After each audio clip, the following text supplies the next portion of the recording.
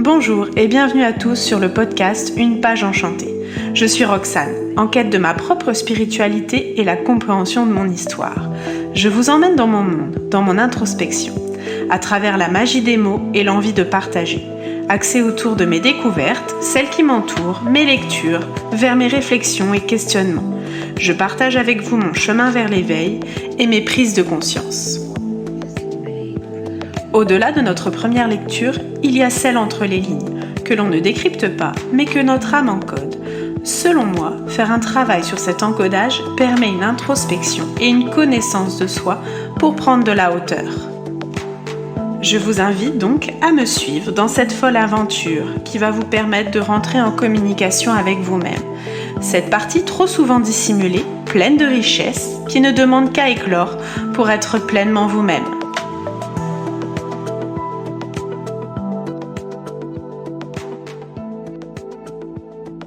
Aujourd'hui, j'avais envie de vous parler d'un sujet aussi intime qu'essentiel, la sexualité, mais vu sous un autre angle, pas celui des performances, des attentes ou de ce que l'on voit partout, c'est-à-dire celui de la présence, de la conscience, du ralentissement. Et pour ça, je prends appui sur le livre Slow Sex, s'aimer en pleine conscience de Diana et Jean-François Descombes, qui s'inspire de l'approche développée par Diana Richardson, une pionnière dans l'exploration du lien entre sexualité, énergie vitale et conscience. Ce livre nous propose tout simplement de ralentir, et dans un monde où tout va toujours plus vite, y compris dans nos corps, dans nos relations, c'est un vrai bouleversement que de prendre le temps.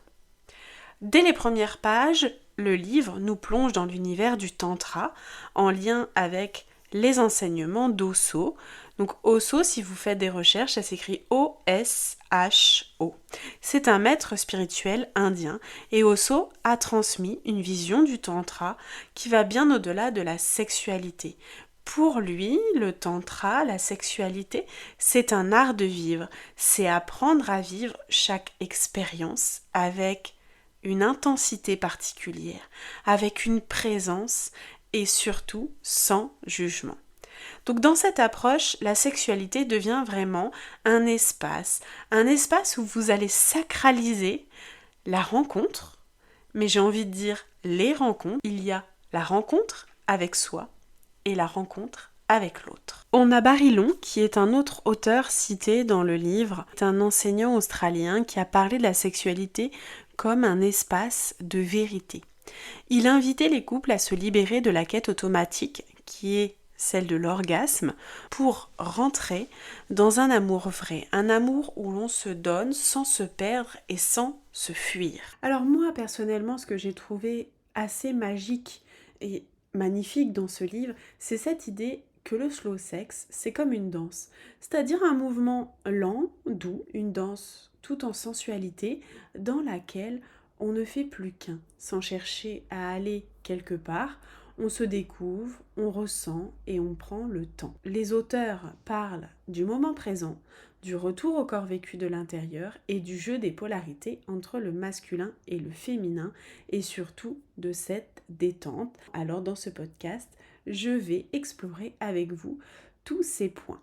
Parce que oui, aujourd'hui, la sexualité, elle est souvent tournée vers l'extérieur. On vise la performance, le plaisir de l'autre, l'orgasme comme un but ultime, mais on oublie que la sexualité, c'est aussi, et peut-être d'abord, avant tout, un voyage intérieur. On est tellement projeté dans le résultat, dans ce qui doit arriver, qu'on oublie tout simplement de vivre l'instant présent, d'être là, corps et cœur ouverts pour recevoir et pour donner. Ce conditionnement finalement, le fait de chercher toujours la performance, le plaisir de l'autre, le but ultime, c'est un conditionnement profond. Il est même cellulaire. Nos cellules ont appris que depuis toujours, il faut faire comme ça. On nous apprend que l'orgasme, c'est le but, que l'excitation doit être forte, que l'acte doit être suivi par un certain schéma. Mais tout ça, ce sont des automatismes qu'on peut aussi remettre en question et je vous invite à remettre ces schémas, ces automatismes que vous avez en question. Ici, on nous parle de cette sensibilité subtile que l'on oublie et que l'on a oubliée, une sensibilité intérieure et qui est pourtant un vrai voyage. Et quand on pense à la créativité, à la façon par exemple dont nos émotions se transforment en sensations, en mouvements, en regards, on comprend que cette sexualité lente, consciente, peut devenir un art. Mais avant de se donner à l'autre, il faut se connecter à soi. Il faut se rencontrer soi-même. Et là, j'aimerais insister sur un point qui est pour moi très important, c'est prendre soin de soi. Prendre soin de soi, c'est se mettre en priorité, être sa propre priorité et apprendre à se reconnaître soi-même. C'est pas égoïste, au contraire, c'est se donner les moyens d'aimer vraiment. C'est venir vers l'autre en étant déjà rempli et non en manque. Vous n'êtes pas en attente de l'autre, vous avez la possibilité de donner à l'autre parce que vous êtes déjà rempli. Et c'est un petit peu cette phrase où quand on dit « si on ne s'aime pas soi-même, on ne peut pas aimer les autres ». Alors ici, ce que les écrivains ont voulu nous partager et ce qu'ils viennent nous rappeler, c'est qu'il n'y a pas de sexualité consciente sans détente. Mais nous, dans notre société, on est à la recherche de toujours plus fort, plus vite, plus intense, et finalement cette quête, elle nous empêche de lâcher prise.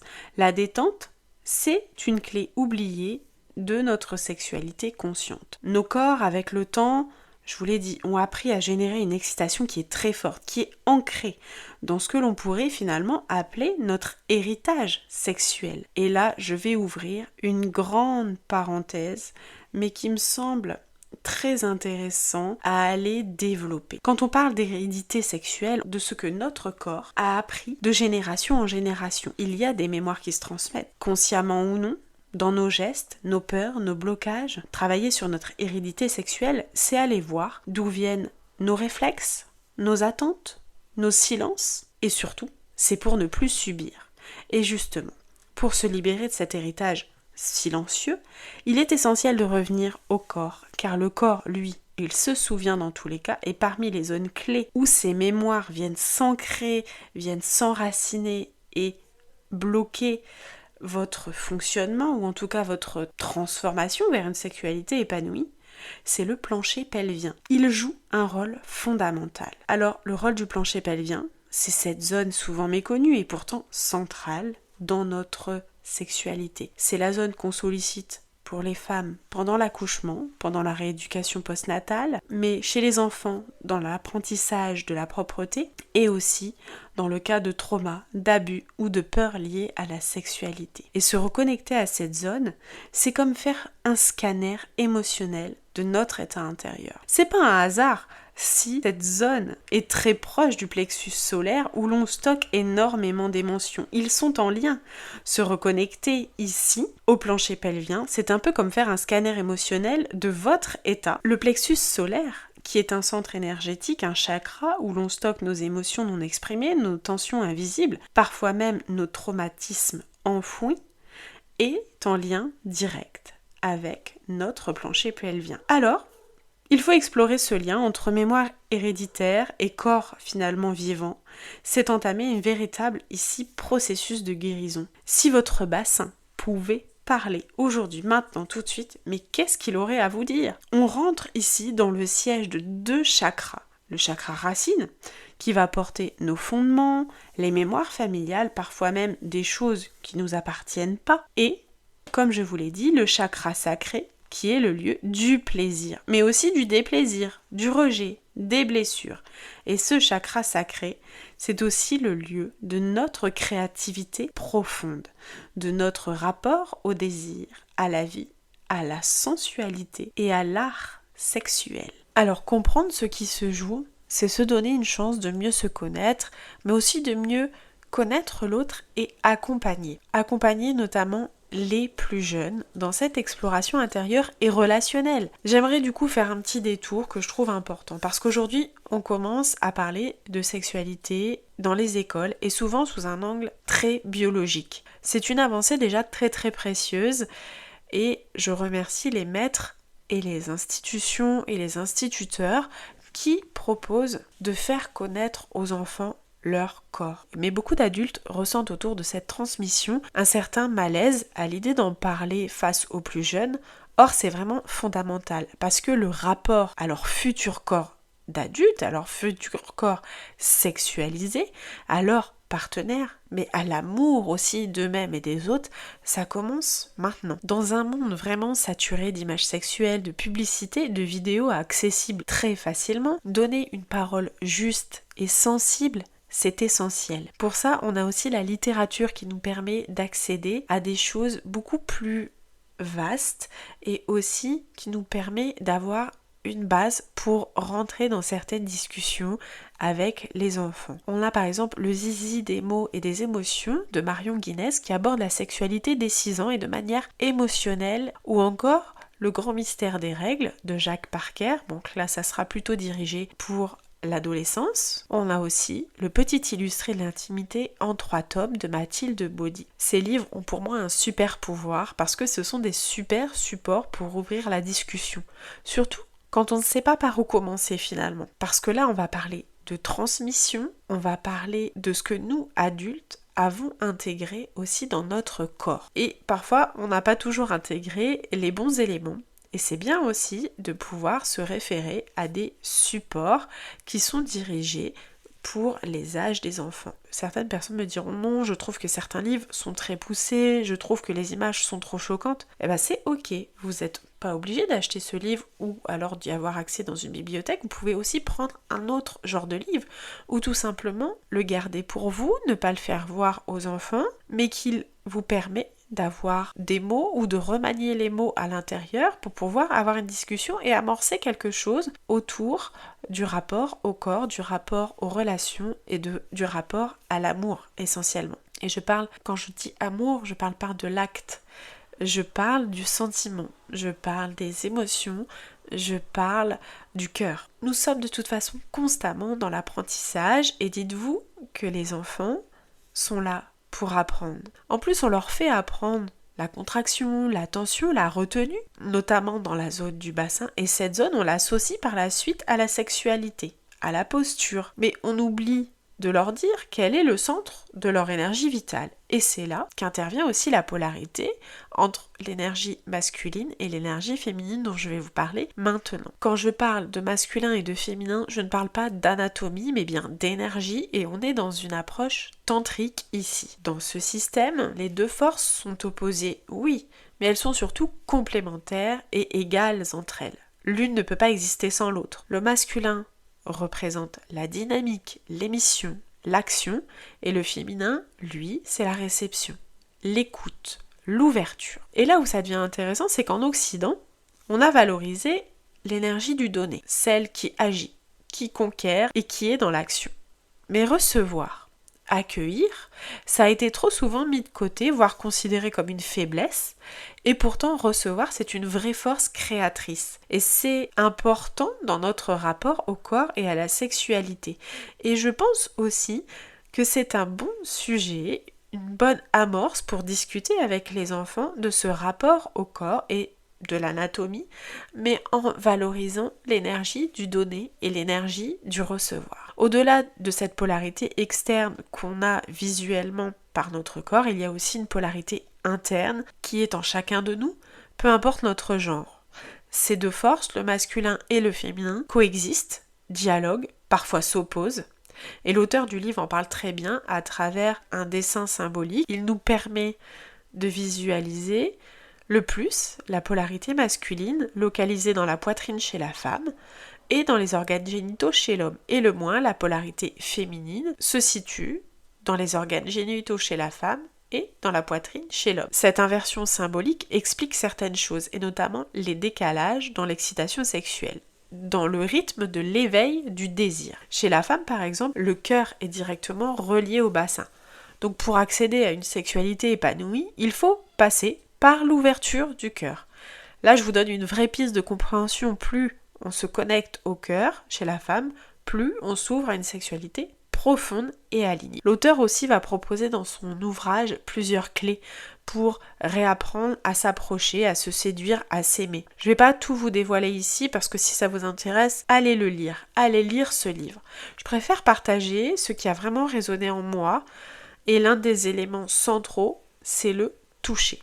Le toucher, c'est si simple, si naturel au début, dans les premières phase d'une relation, on a cette envie fébrile de se reconnecter à la peau, de se découvrir, de vibrer ensemble, puis avec le temps, pour beaucoup, après ça peut être qu'une impression personnelle, se toucher ça change. Chez certains individus, une personne va ressentir que ce toucher devient une entrée vers l'acte sexuel et plus un moment d'exploration. Le simple contact peut alors perdre de sa douceur, car il est identifié à l'attente de l'autre. Mais comment finalement on va se toucher sans but? Comment on va réapprendre à se toucher sans but? Comment on va toucher sans projeter vers le futur quelque chose? Comment on revient à se toucher sensible, sans intention, juste pour ressentir? Ce toucher qui va autoriser des pauses, des silences, des reconnexions à notre respiration. C'est là qu'entre en jeu le slow sex. Il ne s'agit plus de performance, mais là de lenteur, de ressentir chaque micro-mouvement, chacun de votre souffle et chaque frisson. Et justement, la respiration, c'est un véritable allié. Une respiration par le nez, lente, profonde, qui accompagne chacun de vos mouvements intérieurs, du haut vers le bas, et qui descend jusqu'à votre chakra sacré. Je vous propose ici de faire un petit exercice ou alors juste simplement de l'écouter pour se reconnecter à la respiration. Vous allez prendre une grande inspiration par le nez. Sentez l'air qui glisse dans votre gorge, qui traverse la poitrine et à l'expiration, vous visualisez l'énergie descendre jusqu'à votre bassin. Imaginez que vous irriguez cette zone d'attention, de chaleur, de vie. C'est une façon simple de ramener de la conscience dans le corps. Et continuez dans cette respiration. C'était juste une toute petite mise en pratique, mais vous pouvez la repratiquer régulièrement et beaucoup plus longtemps pour ramener toute la puissance dans cette zone du corps. Un autre sens à réhabiliter dans la sensualité, c'est l'odorat. D'ailleurs, le mot sensualité vient bien du mot sens. La sensualité, ce n'est pas la sexualité. C'est la capacité à ressentir profondément avec les 5 sens. Le toucher, le goût, l'odorat, l'ouïe, la vue. C'est être présent à la douceur d'un tissu, à la chaleur d'un rayon de soleil qui vient parcourir votre corps, au parfum de votre peau, de la peau de votre partenaire, d'une fleur, au goût d'un fruit mûr, à ce que vous allez manger de manière générale. C'est une manière d'être pleinement vivant, de savourer, de vibrer à travers votre corps. Plus on va aller réveiller cette sensualité dans votre quotidien, on va se reconnecter à notre corps, à ses désirs, à ses élans, sans passer par la case performance. Et là, on sort du cadre finalement de la sexualité, on se reconnecte à la sensualité par rapport au toucher, au goût, à l'odorat, à l'ouïe du quotidien. Il faut savoir que dans notre quotidien, on brouille nos sens. Par exemple, avec des parfums chimiques, des odeurs qui sont trop fortes. Moi, j'ai le souvenir très personnel d'une période où j'ai été hospitalisée. J'étais enceinte et mon mari venait me voir et je ne supportais plus l'après-rasage qu'il portait. Certes, mon odorat était un peu bouleversé à cause de la grossesse, parce que au moment de la grossesse, c'est là où votre corps est très sensible. Mais ça m'a fait réaliser à quel point les odeurs influencent notre lien à l'autre. L'odorat, c'est un des sens les plus puissants en lien avec la mémoire émotionnelle, la sensualité. Comme je vous l'ai dit, nos parfums industriels sont parfois très forts et viennent perturber la connexion avec les autres, avec l'extérieur. Vous pouvez vous préparer des huiles de massage sensorielles. Je vais vous donner une synergie simple que vous pouvez vous appliquer en automassage ou en massage du haut. Vous allez mettre 30 ml d'huile végétale amande douce ou noyau d'abricot. L'amande douce sera moins onéreuse. Vous y mettrez 2 gouttes d'ylang-ylang pour le relâchement et la sensualité. 2 gouttes de santal qui se réfèrent à l'ancrage, à la chaleur, à l'enracinement. Et 1 goutte de rose ou géranium rosa pour l'ouverture du cœur. Vous pouvez vous masser les bras, les cuisses, le ventre, la poitrine, en posant une intention d'exploration et non pas de performance. À chaque fois que vous faites une action, de toute façon, pensez à poser une intention. C'est puissant. Même si vous allez boire un café, un thé, vous pouvez tout à fait poser une intention. Ça peut être, c'est en buvant ce thé que je me détends, en buvant mon thé, je prends le temps de me reconnecter à moi-même, à mes sens, je m'ouvre à l'amour. Ça peut être des grandes intentions comme l'amour, la bienveillance, mais ça peut être des plus petites intentions comme juste je profite de ce moment. Je prends le temps de profiter de ce moment. Pour revenir à nos huiles de massage, à nos synergies, que ce soit en automassage ou en massage partenaire, vous pouvez aussi en créer d'autres, comme une huile de désir, une huile de cocon, une huile de reconnexion. Ça va vous permettre d'explorer votre corps. Autour de l'automassage que je vous propose, c'est une exploration de votre corps.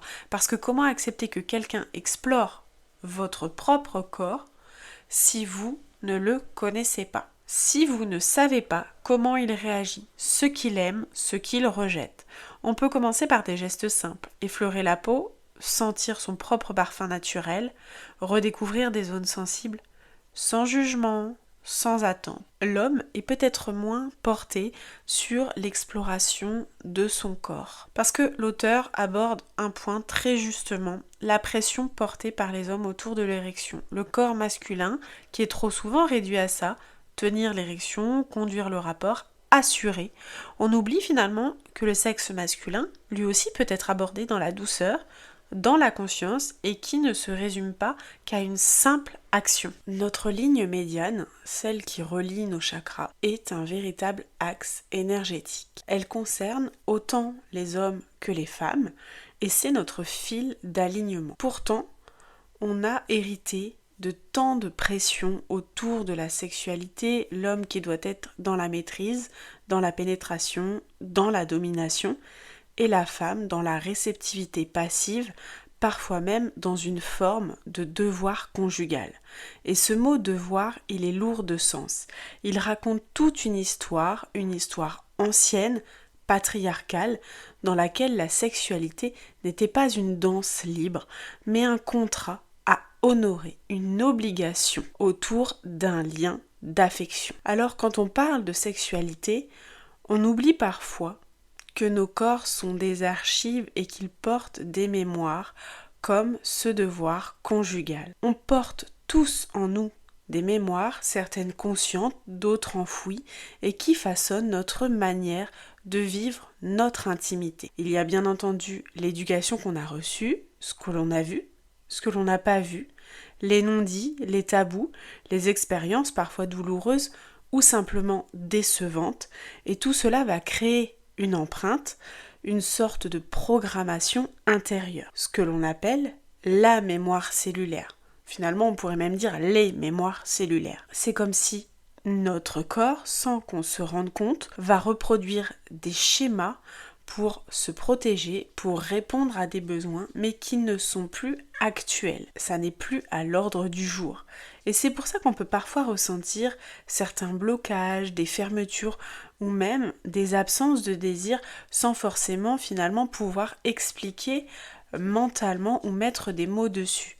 Alors revenir à soi, explorer avec douceur, c'est aussi faire le choix de libérer ses mémoires et d'aller retrouver une sexualité beaucoup plus libre, beaucoup plus vivante et qui nous ressemble profondément. Aujourd'hui, il est vraiment temps de sortir de ces schémas, d'aller sortir du mental qui contrôle même sous la couette.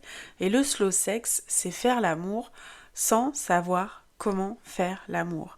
C'est redécouvrir l'autre et soi-même comme si on ne connaissait rien. Finalement, c'est écrire sa propre notice, oublier ce que l'on croit savoir et lâcher les « il faut » et les « ça se fait comme ça ». Puis, il y a vraiment cette idée reçue, si je ne ressens pas de désir, alors je ne fais pas l'amour. Mais le désir, il tombe pas du ciel, il se nourrit. Au début d'une relation, il y a le feu de l'attirance, de la nouveauté, de l'envie, mais après quelques années, on oublie de désirer vraiment dans la douceur et dans le cocon du quotidien. La sexualité peut devenir vraiment un espace de reliance, de tendresse, de lenteur, et ça demande un repositionnement, pour chacun des partenaires. Il faut finalement sortir de ces réponses automatiques, de l'attente à combler et reconnecter avec les envies propres, le feu intérieur. Dans notre monde moderne, tout ça va très vite. On court, on anticipe, on est souvent dans l'attente de performance, mais la lenteur, elle offre finalement un autre espace. Elle n'a pas pour but d'exciter ou de séduire, elle est vraiment là pour sécuriser. Faire l'amour lentement, toucher lentement, respirer lentement, faire les choses en conscience, c'est dire à son corps, tu peux te détendre, t'as rien à prouver, tu es en sécurité ici. Et c'est aussi dire à l'autre, je suis avec toi, pas pour obtenir quelque chose, mais pour ressentir, explorer et partager ensemble. Cette lenteur détient en elle une immense puissance, celle du présent, celle de ne plus jouer un rôle, de ne plus faire l'amour, mais simplement être en amour. Accueillir ce feu, l'écouter, c'est s'ouvrir vraiment à une sexualité vivante, libre et profondément respectueuse de soi. Et quand le corps se sent en sécurité, la parole, elle peut s'ouvrir et se libérer. Parler, finalement, c'est une grande source d'apprentissage. Alors, pas spécialement avant ou après l'acte, mais pendant. Dire j'aime, je n'aime pas, là c'est trop, là c'est parfait, c'est déjà être dans une écoute active de soi. Et surtout, c'est une prise de conscience qui est en direct sur ce que vous vivez dans votre corps, dans l'instant, dans le présent. Cela permet aussi à votre partenaire de vous accompagner avec beaucoup plus de justesse. Il ne s'agit pas de donner des consignes précises ou de contrôler, mais de partager, de co-construire ce moment à deux pour se retrouver. Quand vous mettez des mots sur vos ressentis, qu'ils soient agréables ou non, vous sortez de la pensée intérieure pour leur donner une existence vibrante. Ces mots, ces expressions sont de l'énergie et vous allez les mettre en mouvement si vous les faites sortir de vous-même. Ils s'inscrivent dans l'instant, ils vont circuler et s'ils sont entendus, je vous le souhaite, c'est encore beaucoup plus fort, ils seront encore plus forts dans leur vibration. Il y a aussi le regard de l'autre. Souvent dans l'intimité, on va fermer les yeux, c'est instinctif, ça aide à se recentrer, à s'abandonner, à ressentir depuis l'intérieur. C'est ce qu'on fait aussi quand on médite, fermer les yeux pour pouvoir se recentrer. Dans le livre, l'auteur vraiment invite à explorer l'ouverture des yeux, à oser regarder l'autre en pleine conscience. Alors ici, le regard devient un canal d'âme à âme. Il existe effectivement dans la tradition tantrique l'œil gauche qui est associé à la connexion de l'âme, tandis que l'œil droit est davantage tourné vers l'action, le mental ou l'extérieur. Lorsqu'on regarde dans l'œil gauche une autre personne, on va favoriser une connexion émotionnelle et énergétique beaucoup plus profonde. Ça serait un bel exercice à proposer. S'asseoir face à face et simplement maintenir un regard dans l'œil gauche de l'autre sans rien dire, juste respirer ensemble. N'ayez pas d'attente et laissez émerger ce qui doit émerger et revenir à la surface. Regarder l'autre, c'est apprendre à voir sans juger, à être là sans se cacher. C'est puissant, c'est pas évident comme exercice. Moi j'ai déjà fait cet exercice de connexion d'âme à âme lors de certains ateliers et on n'est pas toujours à l'aise, on ne sait pas toujours où se mettre, on se demande finalement ce qu'on doit dire, est-ce qu'on doit bouger, est-ce qu'on doit effectuer des choses. Laissez venir ce qui doit venir. En gardant les yeux ouverts, c'est vrai qu'on reste vulnérable. Alors oui, il y a un chemin à faire entre celui de garder le lien avec soi-même, vous pouvez garder le lien avec vous-même avec les yeux ouverts, je vais vous expliquer un petit peu plus loin comment, et d'être à la fois connecté à son ressenti intérieur, tout en accueillant ici la présence de l'autre. On peut s'entraîner petit à petit à faire des connexions avec nos ressentis intérieurs tout en gardant les yeux ouverts. Dans la connexion au chakra, à vos centres énergétiques, vous pouvez respirer profondément en visualisant un chakra. Vous choisissez celui-là que vous avez envie de travailler.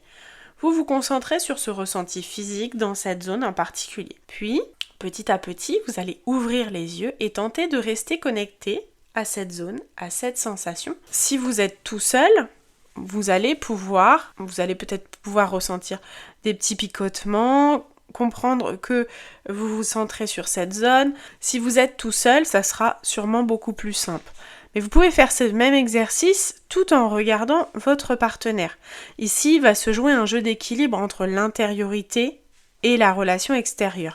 Entre ce que je vis, moi, entre ce qui se vit en soi et ce qui se vit dans le lien à l'autre. Parfois, dans cette rencontre entre soi et l'autre, les émotions, comme je vous l'ai dit, vont ressurgir. Elles sont inattendues, profondes, intenses.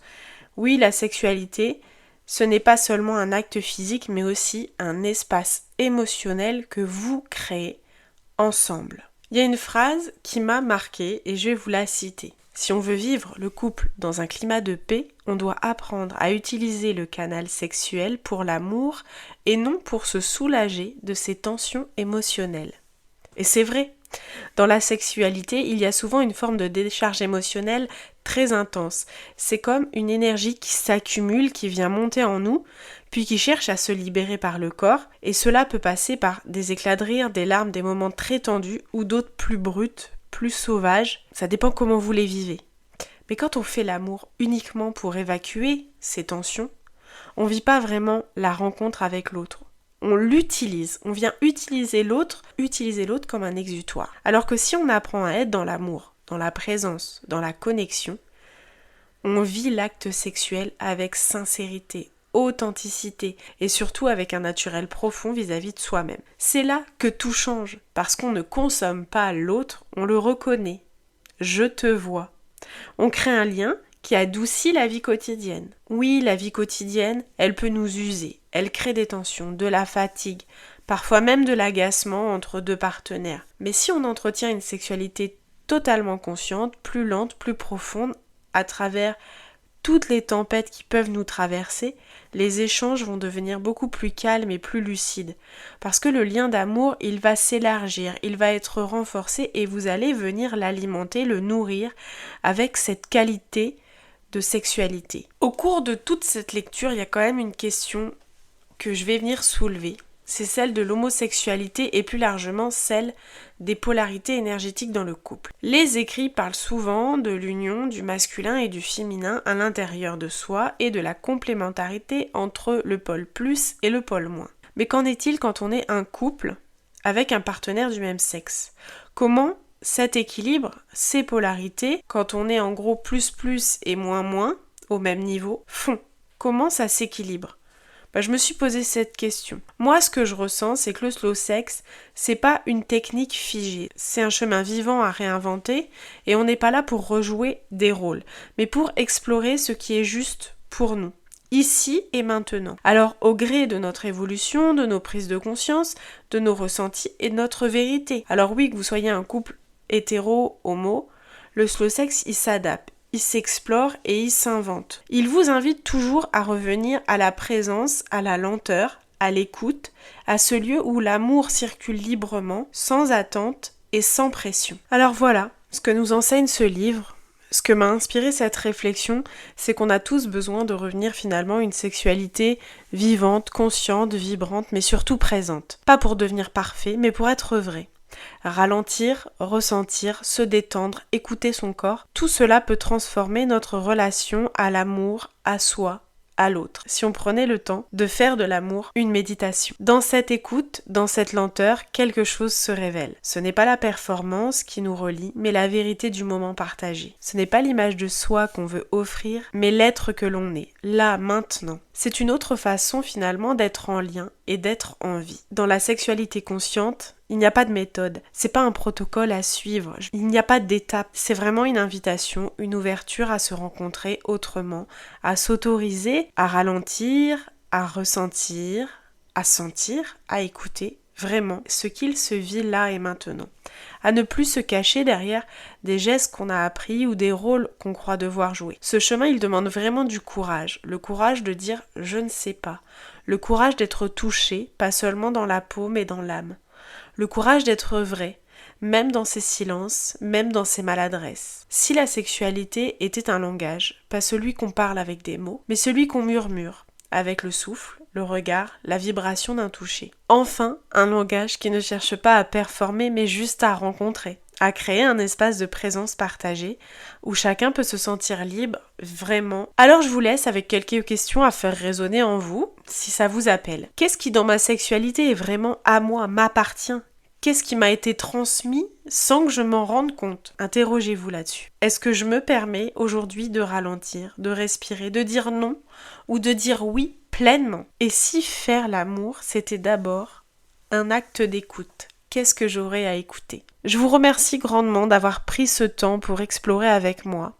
Si ça vous touche, si ça vous remue, c'est que ça parle à un espace en vous qui demande peut-être à être entendu. Et c'est déjà un pas immense vers vous-même. Je vous souhaite vraiment et sincèrement des instants vrais, des connexions sincères et surtout de ne pas vous oublier dans cette rencontre avec l'autre. Si ce moment de partage vous a parlé, je vous invite donc à soutenir le podcast en likant, en le partageant autour de vous et en vous abonnant pour ne rien manquer des prochains épisodes. Vous pouvez aussi me retrouver sur Instagram et YouTube où je continue d'explorer les mystères de l'âme, du corps et des liens invisibles qui nous unissent. Je propose des guidances intuitives, des espaces de réflexion et d'écoute toujours dans cette même intention. Ralentir, ressentir, s'ouvrir à plus grand que soi. L'étoile de Xena, c'est mon espace d'accompagnement, mais c'est surtout une constellation de ressources pour celles et ceux qui souhaitent avancer, en conscience, écouter leurs désirs profonds et retrouver du sens dans leur expérience. Merci d'avoir pris ce temps, merci de faire le voyage avec moi. On se retrouve très vite, ici ou ailleurs, là où votre intuition vous mènera. Si cet épisode vous a plu, je vous invite à me suivre et à le partager. Vous pouvez aussi me retrouver sur Instagram et YouTube, sous le nom de l'Étoile de Xena, une page enchantée. Ou simplement en me soutenant sur ce podcast, je vous remercie pour votre écoute et je vous souhaite de trouver chaque jour un élément positif qui va vous permettre de vous endormir avec le sourire.